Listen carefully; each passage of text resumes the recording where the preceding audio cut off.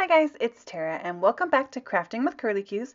Today I have another fabulous Mint Owl Studio design team project for you, and I'm going to be doing some stenciling on craft cardstock using a technique that I learned way back in the day when I first started watching all the YouTube crafty videos, and I decided to bust it out because there are so many adorable Mint Owl Studio stencils that I really wanted to try this. So first, really fast, I'm going to be using my MISTI, and I wanted to show you this cool tip that I've picked up from, I believe it was Amy R. over at Prairie Paper and Ink. I got this from her. Those little magnets are super, super strong and sometimes can be kind of a booger to pick up off your MISTI. So if you wrap some washi tape around them like that, you can get little handles so that you can pop them up off of the MISTI easier. So just super simple little tip there, but I hadn't done it yet, so I thought, well, I'll just do it on video in case any of you are wondering about some better ways to use your magnets there. So anyway, using my MISTI so that I can do lots of stamping over and get really good impressions, I'm starting with the Happy Moments stamp set and this giant happy that I can't get enough of. I use it all the time. And I'm using some white pigment ink from Simon Says Stamp. So I went ahead and stamped that twice. That's the beauty of the MISTI, is it's perfectly lined up so you can stamp it as many times as you want. And now I'm going to be doing some masking on the front of this card. So I'm just going to use some Post-it tape and I'm going to mask off a chunk where the sentiment is going to be. So I put that on there and decided I didn't think it was straight enough. So I peeled it up. I'm kind of using the grid paper on the MISTI as my guideline to get that Post-it tape straight on there. I will give you guys a warning that Post-it tape, dye inks seep through Post-it tape, and I completely forgot about that when I did this, so I got a little bit of seepage, but if you used maybe like some masking paper or something, that probably wouldn't happen. So just be aware of that when it comes to Post-it tape. So, really cool tip for getting nice, vibrant color on craft cardstock is stamp on top of white. So I'm going to stamp everything first in the white pigment ink, and then I'm going to come over the top with some beautiful inks from Lawn Fawn. And Lawn Fawn makes dye inks. This is Plastic Flamingo. It's one of my absolute favorite colors. And you can see that by stamping that really cute balloon on top of the white balloon, I get a really nice, vibrant color, even though it's on craft cardstock. So that's what I'm going to be doing with a whole bunch of balloons to create a giant party scene on the front of this card. So I'm using some full adhesive Post-it notes. I tried to say like adhesive and Post-it at the same time and I got all kinds of tongue-tied. So some full adhesive Post-it notes. They are fabulous. And I am just going to be masking off the little balloons. I tried to put the tail on that balloon and then I'm like, what the heck are you doing, Tara? That's not going to stay there. Like, who cares? So I just got rid of it. Whatever. And so every single balloon is going to be masked. The masks don't want to stick right away because that pigment ink stays a little bit wet underneath that dye ink, but it eventually, if you just keep poking at it, it sticks. So I'm going to do the same exact process for every balloon, and I've got four different colors, I believe, that I'm using here. I'm using the first one was the Plastic Flamingo pink, the blue color is Mermaid, and then I'm using Sugar Plum for a purple and Sunflower for a yellow.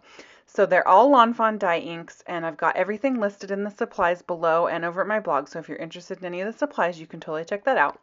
So I love the vibrant color you get, and I also love how the different little fibers in the craft cardstock pick up the color a little bit differently. So there's some spots that are even a little bit darker because one of the fibers in the craft paper, like, I don't know, made it darker. So I think it's just super cool. This craft cardstock's from my favorite things, by the way. I love their craft cardstock. It's a really pretty color of craft.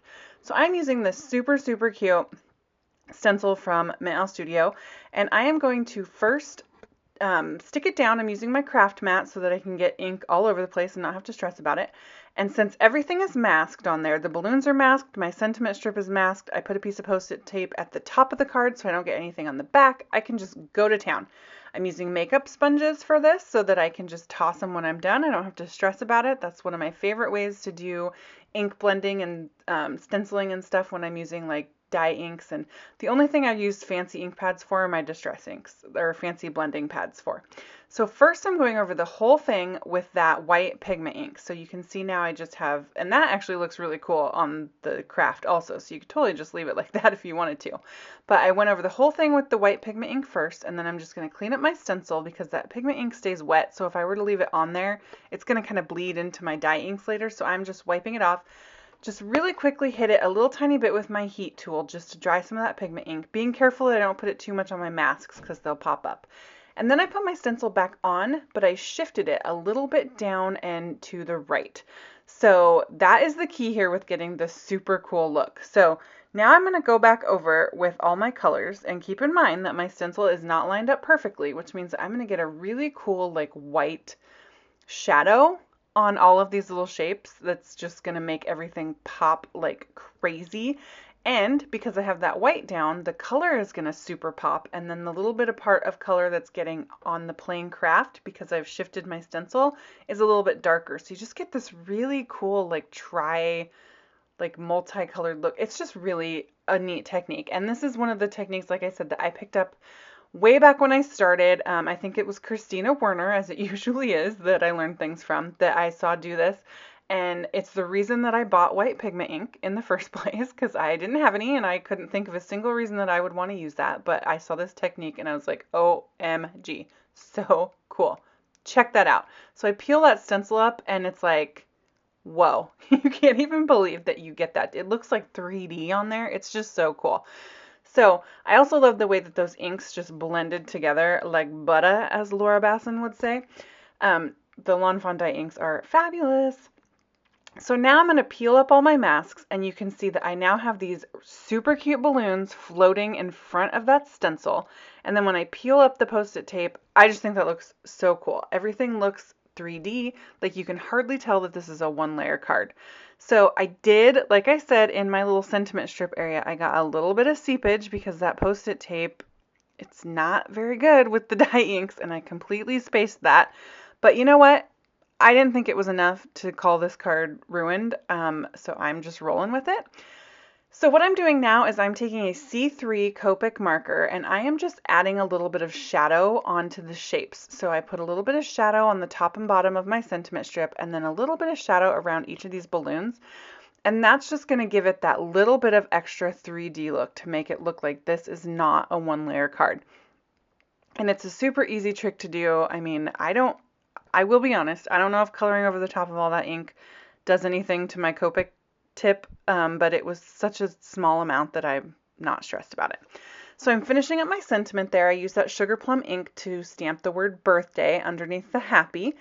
And then just to add a little pizzazz, I'm going to go ahead and put some Spectrum Noir clear sparkle overlay on top of all of the balloons.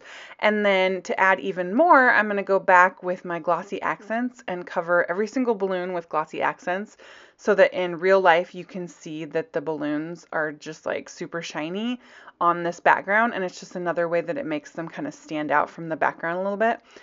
I think this background looks amazing. Like I legitimately keep kind of staring at it. Like it's hypnotizing me. And again, this was super easy, and I can't wait to try it with some of the other amazing stencils that Mint Owl Studio has. So there is a beautiful close-up of that fabulous background, as well as the really vibrant ink stamping you get when you use that white underneath on those balloons. So thank you guys so much for watching this Mint Owl Studio project today. All the supplies, as I mentioned, are listed below and over at my blog. Here's another couple of amazing Mint Owl Studio projects featuring stencils. So if you have some stencils you want to use, some more techniques are there. And you can join me on Facebook, Pinterest, and Instagram. Thank you guys so much. Bye.